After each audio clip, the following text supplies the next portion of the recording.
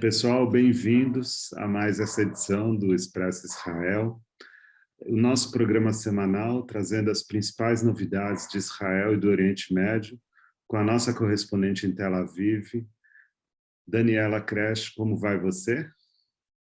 Vou bem, aqui está um pouco quente politicamente e também a temperatura do verão. É isso que eu ia te perguntar, como vai você e como vai o governo de Israel? Olha, eu vou bem, o governo de Israel vai mal. O governo de Israel, na verdade, já estava bem frágil já há algum tempo, né? 1 ou 2 meses já estava com muitos rebeldes, muitos parlamentares saindo, se rebelando do governo, e finalmente ele chegou ao fim, como todo mundo já meio que previa na semana passada, né? Essa semana, em que o primeiro-ministro Naftali Bennett, depois de um ano no poder, 1 ano e pouco, 2 semanas, avisou juntamente com seu co-líder, né, que é o chanceler Yair Lapid, avisou numa entrevista coletiva que pegou todo mundo de surpresa, mesmo as pessoas que já imaginavam que o governo poderia em algum momento cair, a entrevista coletiva foi uma surpresa, inclusive para próprios aliados do Bennett, né, e do Lapid também, e eles avisaram, então, que eles não tinham mais como emendar, né, essa coalizão, e que eles iam imediatamente pedir a dissolução do governo e a convocação de novas eleições. E isso, enfim, como eu falei, pegou todo mundo de surpresa e deu o pontapé inicial para a corrida, para a próxima campanha eleitoral. É a quinta em 3 anos e meio, quer dizer, a eleição vai acontecer provavelmente dia 1º de novembro, ou 8 de novembro, alguma coisa assim, depende do... ainda precisa ser marcada, mas então você tem aí mais ou menos assim, quase 4 anos, vai ser a quinta eleição em 4 anos, e eu estava ouvindo hoje uma entrevista da maior âncora de TV aqui, a Yonit Levy. Ela estava dando uma entrevista falando que ela é âncora de TV há 20 anos e que essa vai ser a 10ª eleição que ela vai cobrir. Então, você tem aí uma média nos últimos 20 anos de uma eleição a cada 2 anos em Israel. Então, vamos por partes, Dani. Qual foi a gota d'água dessa situação? Porque você disse que foi todo mundo pego de surpresa. Qual foi a gota d'água que levou a eles a essa decisão? Não foi uma surpresa o fato de que estava já frágil, que em algum momento ia se dissolver. Isso todo mundo já sabia. A surpresa foi imediatamente esse dia, né? Que o Bennett não preparou ninguém. Semana que vem, então a gente vai... Não, foi assim, agora a gente vai dissolver. A gota d'água foi uma lei chamada Lei da Cisjordânia, que é uma lei que ela rege, né, a estrutura jurídica, né, o arcabouço jurídico das colônias na Cisjordânia, as colônias israelenses, os assentamentos, onde moram 500 mil de israelenses, né?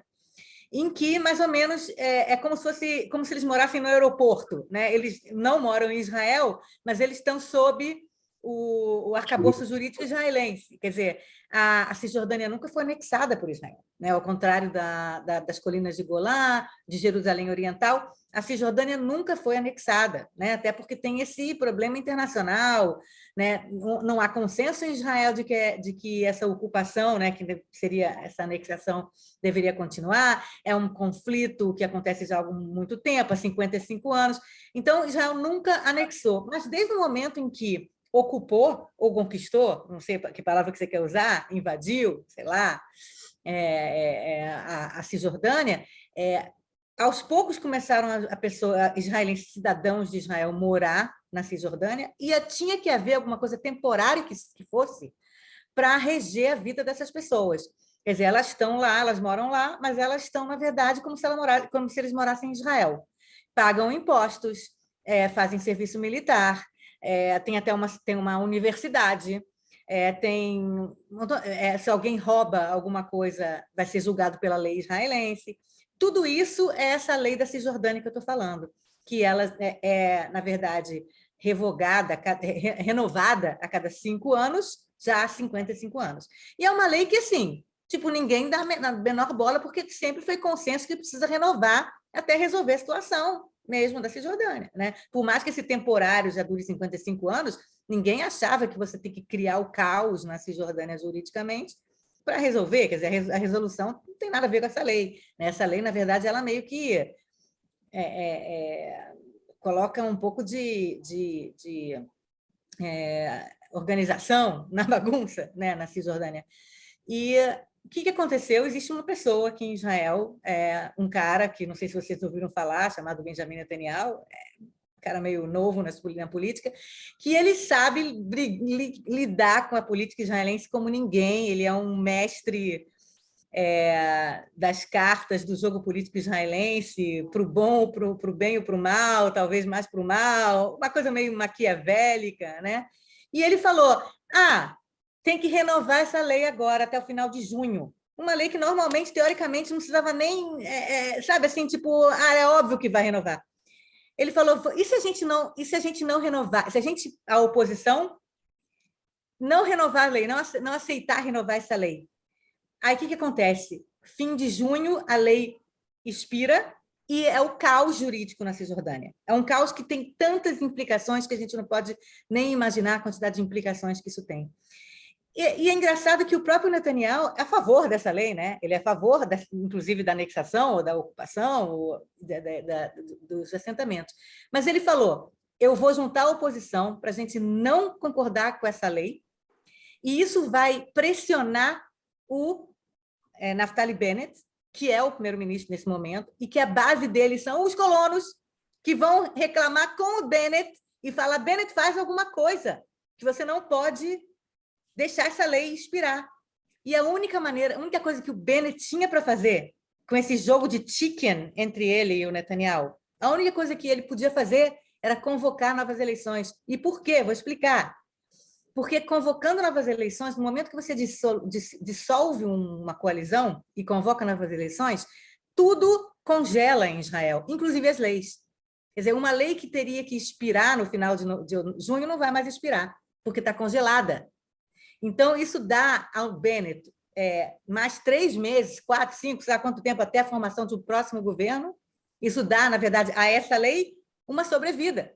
E o próximo governo vai ter que aprovar a manutenção dela. Né? Quer dizer, então, foi a maneira que o Bennett encontrou de lidar com a pressão dentro do seu próprio público para que não ocorresse um caos jurídico em Israel. E quem criou esse caos político? Benjamin Netanyahu. E ele conseguiu o que ele queria, que o Bennett falasse: vou convocar novas eleições. Você acha que ele tem chance, o Netanyahu, de voltar? Acho que ele tem chance, e eu acho que ele também tem chance de não voltar. Quer dizer, na verdade, agora, nesse momento, é uma coisa meio bola de cristal, é impossível a gente saber. Tá? O Netanyahu, na verdade, ele já tirou da cartola jogadas como essa que eu acabei de contar, que deram certo, em geral, nos últimos 15 anos, 12 anos que ele teve no poder, né? Mais um ano, 13 anos, mais os 3 anos que ele ficou na década de 90 no poder. Ele já tirou nessa vida pública dele, nos últimos 25 anos, tantos ais da cartola que você já fica: caramba, esse cara realmente é um gênio político. Mas, por outro lado, nem tudo deu certo. Nesses últimos 3 anos e meio, ele não conseguiu formar um governo. Eu não sei exatamente se eu posso dizer... Tem algumas pessoas que dizem que era o que ele queria. Ele queria não formar governo. Ele queria justamente que houvesse uma eleição atrás da outra. Mas ele queria que houvesse uma eleição atrás da outra e ele se mantivesse como primeiro-ministro temporário o tempo todo.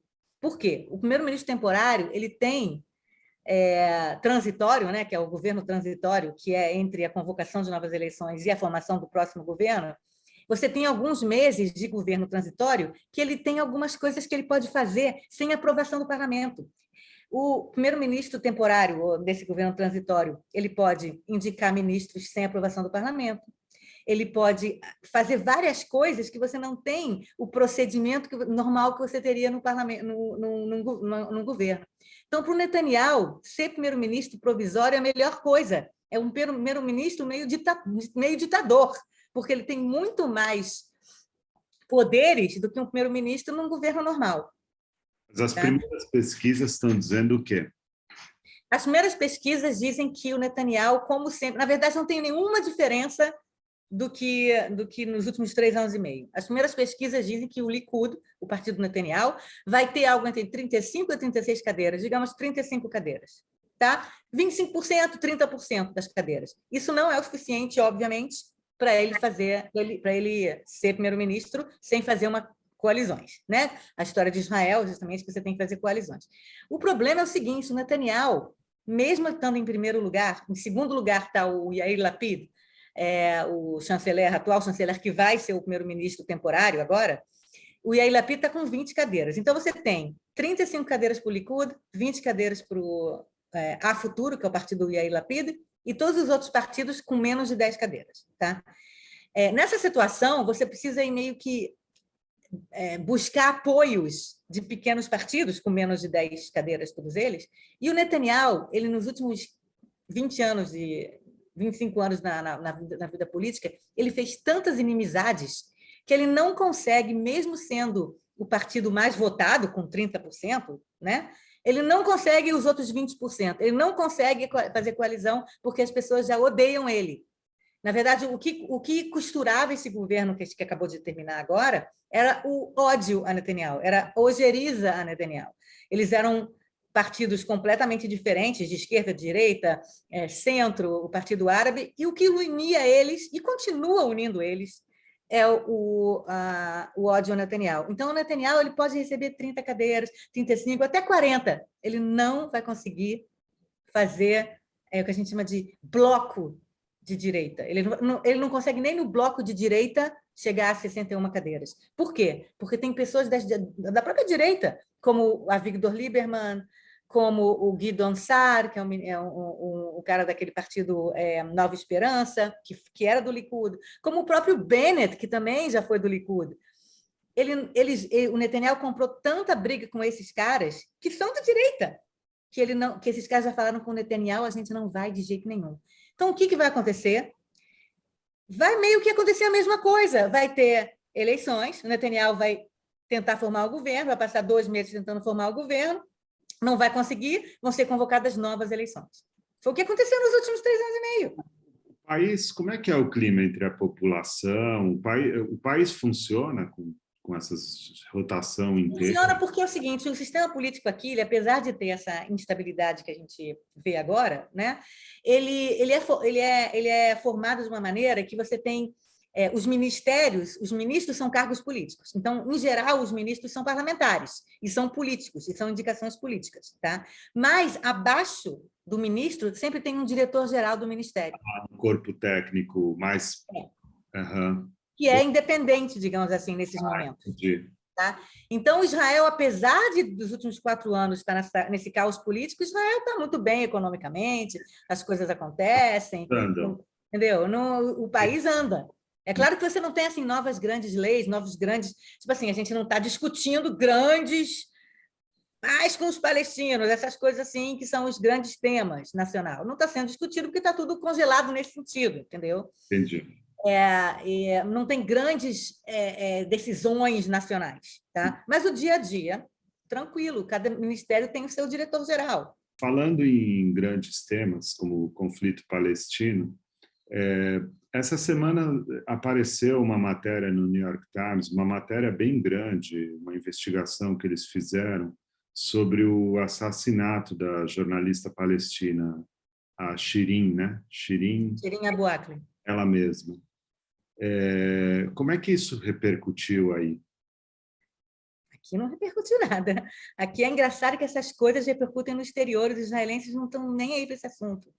Os israelenses, eu vou dizer para você que os israelenses estão interessados. Depois eu falo sobre esse coisa. Você perguntou aqui qual é o impacto. O impacto é zero, quer dizer, o impacto é na imprensa, o impacto é nos ativistas políticos, sociais e na imprensa. Na população, o que a população está pensando? Nas eleições, mas ainda vai demorar 4, 5 meses para as eleições, sei lá. O que os israelenses estão pensando nesse momento? Onde vão nas férias? E se vai poder ir para a Turquia ou não? E o que vai acontecer com o sistema educacional porque está em greve? Uhum. Então, como é que vai levar a criança para a escola? Daqui a pouco vai ter férias, em setembro vai começar de novo o ano letivo ou vai ter greve? É isso que está interessando os israelenses. Greve. O nome mais falado essa semana não foi Bennett, não foi Benjamin Netanyahu, foi Yafa Ben David, que é o nome da diretora do Sindicato dos Professores. Ela foi o nome mais falado essa semana, porque ela que decidiu fazer greve, e com greve as pessoas não podem trabalhar se tem crianças pequenas. Tem que ficar em casa, porque aqui em Israel não tem empregada, entendeu? Não tem. Tem greve no sistema educacional, os pais que trabalham em algum lugar vão ligar para o trabalho e falam não posso trabalhar. entendeu? Vão ficar em casa com a criança, O entendeu? bom da gente conversar toda semana é que você vai passando um pouco a atmosfera que vai ser vivida aí, né? Mas, mas falando então sobre o resultado desse investigação do New York Times, eles concluíram que a bala que matou a Shirin Abu Akleh no acampamento, no campo de refugiados de Jenin, saiu de um soldado israelense, o que o Exército não tinha também negado. O Exército falou, a gente não sabe de onde saiu, pode ter saído da gente mesmo. Então, o New York Times concluiu que saiu que a bala foi de um soldado israelense, não sabe que soldado, mas uma bala do Exército israelense, mas que não teria sido de propósito. Quer dizer, não foi de propósito, não foi que um soldado israelense falou assim, lá que é jornalista do Al Jazeera, vou lá matar ela. Não, havia um tiroteio entre soldados israelenses e militantes palestinos do campo de refugiados de Jenin, que é um campo de refugiados muito violento, e a jornalista estava no meio do tiroteio e foi alvejada por uma bala do Exército israelense. Isso ainda não foi corroborado pelo próprio Exército. O Exército ainda não falou, não, concordo com a né? O Exército está fazendo sua própria investigação, tal e tudo. Mas, para mim, o mais importante é essa questão de ser proposital. Porque começou, né? Israel mata jornalista. Israel vai lá de propósito e jornalista não pode fazer, não é verdade. Jornalista aqui pode fazer tudo, entendeu? Quer dizer, então pode estar em qualquer lugar, inclusive no meio de um tiroteio, né? E eu não estou dizendo que foi culpa dela morrer de jeito nenhum, claro que não. Ela estava lá fazendo o trabalho dela cobrindo, entendeu? não foi proposital. Mas não foi proposital, não foi que um soldado israelense recebeu uma ordem de matar a jornalista. Para fechar aqui o nosso papo, você vai escrever sobre o que vai ser o seu artigo que a gente vai publicar aqui no nosso site, nas nossas redes. Mantendo um pouco, né, o tema das eleições, eu vou falar sobre quem é Yair Lapid, que vai ser um novo primeiro-ministro israelense, pelos próximos 6 meses, pelo menos, né, que é os 4 até as próximas eleições e mais uns 2 até a formação do próximo governo, se formar o próximo governo, pode ser que ele fique mais tempo.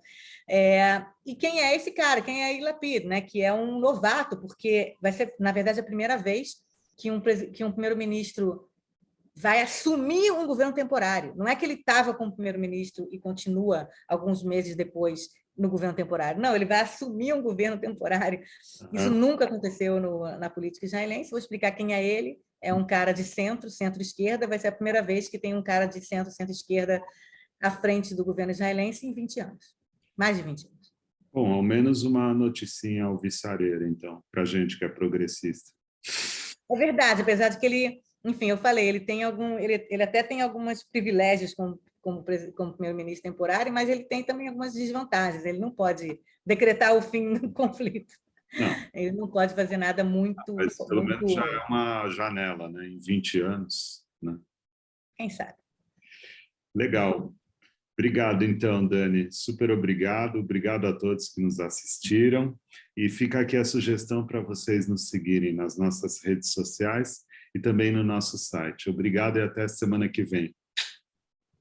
Tchau.